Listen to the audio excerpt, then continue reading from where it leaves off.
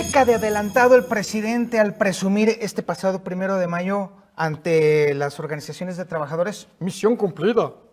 Pues no está nada cumplida, por lo menos no como él quisiera o como él incluso había prometido. Y es que evidentemente ya empezaron a llover los amparos en contra de lo establecido por el Fondo de Pensiones, que utiliza, entre otros recursos, que no existen por cierto, fondos de pensiones de personas mayores de 70 años que no han reclamado su dinero, pero además también deja abierta la posibilidad de que los fondos de pensiones que se encuentran ahorita en manos de instituciones privadas pasen de manera automática al Fondo de Pensiones para el Bienestar recién instituido, sin que los trabajadores puedan meter mano. Este es el tema. Bueno, pues ya empezaron, más de 700 trabajadores de los sectores público y privado ya recurrieron a la protección de la justicia federal mediante justamente el amparo, pues consideran que sus ahorros están en riesgo. ¿Cuál es el nodo legal que están utilizando justamente los trabajadores? Bueno, que este tema del fondo es retroactivo y además vulnera el principio de seguridad jurídica, y por eso consideran que es inconstitucional y han metido ya su amparo. Bueno, ¿cuál es el tema aquí? Si bien el fondo de pensiones sirve para completar justamente las pensiones de quienes ganen hasta 16,000 pesos al mes, esto sería posible siempre y cuando haya disponibilidad de dinero. Es decir, ¿cuál es el punto que están diciendo los trabajadores? El fondo de pensiones no necesariamente va a funcionar porque depende que tenga dinero para poder solventar el pago de pensiones.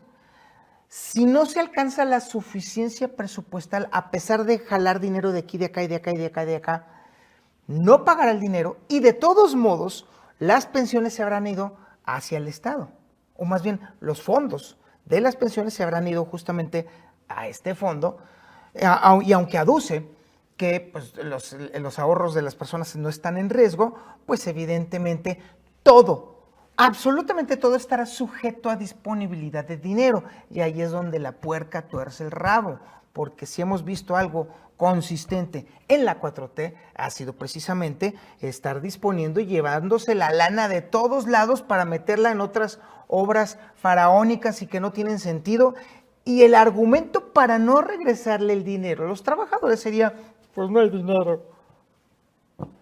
Allí sí está peliagudo este asunto. Por lo pronto, este es el primer escollo que se encuentra el misión cumplida del presidente López Obrador, quien canta victoria demasiado pronto, y falta todavía la aduana de la Suprema Corte de Justicia de la Nación, que promete ser complicado porque ya existen antecedentes en los cuales la Corte le ha negado al gobierno disponer de fondos relacionados con las pensiones. Ya existe un antecedente y esto podría echar por tierra absolutamente todo el plan del Fondo de Pensiones para el Bienestar. Pero por lo pronto, para la foto, el misión cumplida se vio muy bonito.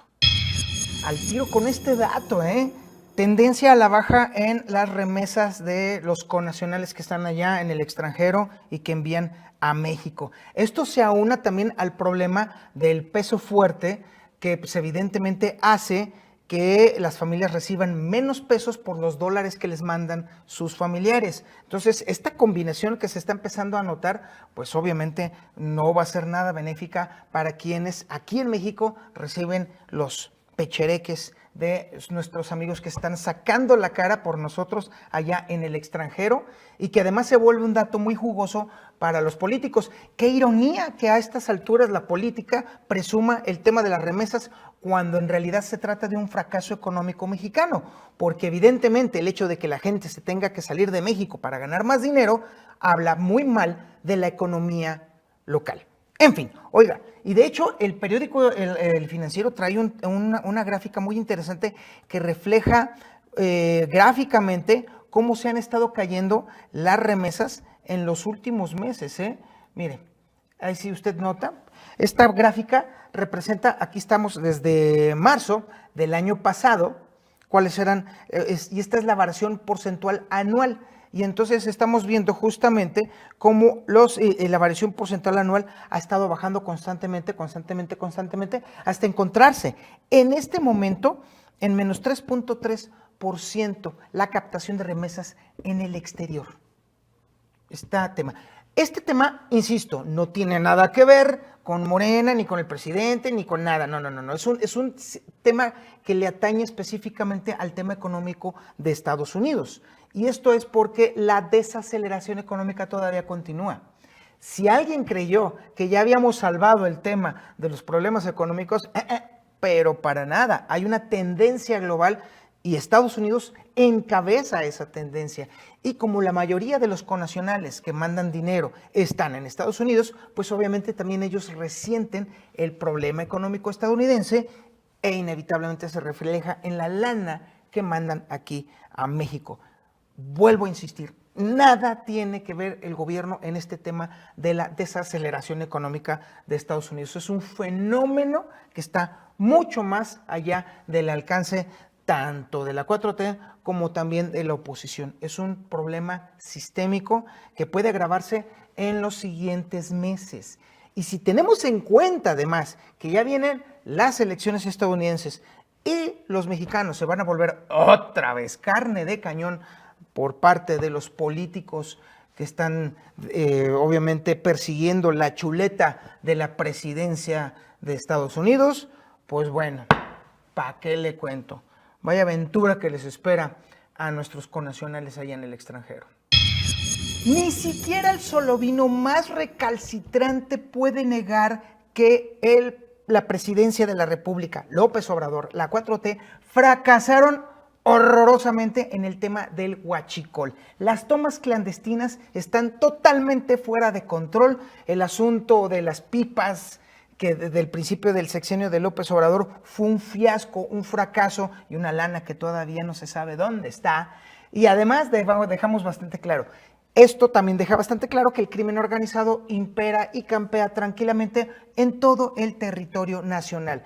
Mire, nada más en un bimestre, en el primer bimestre del año, más de 2,000 tomas clandestinas.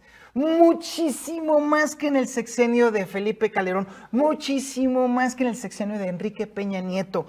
Este dato le va a calar mucho a su solovino de confianza, que nunca falta que llegue a gorrear el café, así que para que se le diga a usted. Bueno, el delito, el de la perforación de tomas clandestinas, se ha detectado en 129 municipios de 18 estados.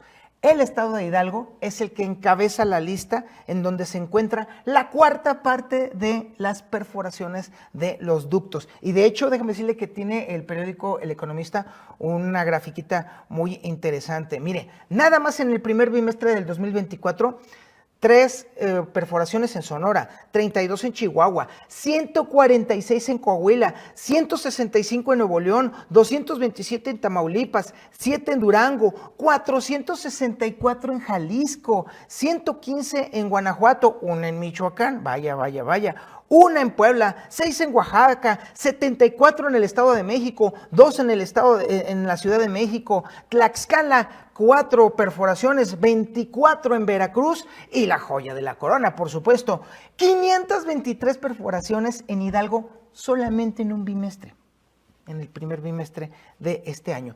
Toda esta información no está sacada de ningún lado que no sea fuentes oficiales, es decir, es información del propio Pemex, no es de otro lado, no es de Carlos Loret de Mola, ni tampoco es de las Madres Buscadoras de Sonora, ni tampoco proviene de Estados Unidos, no, viene de Pemex. Porque luego ya ve que los solovinos se nos ponen bien locos y se ponen a recordar los tiempos. ¿Dónde estabas cuando Porfirio Díaz gobernó 30 años? ¿Dónde estabas cuando le quemaron las patas a Cuauhtémoc?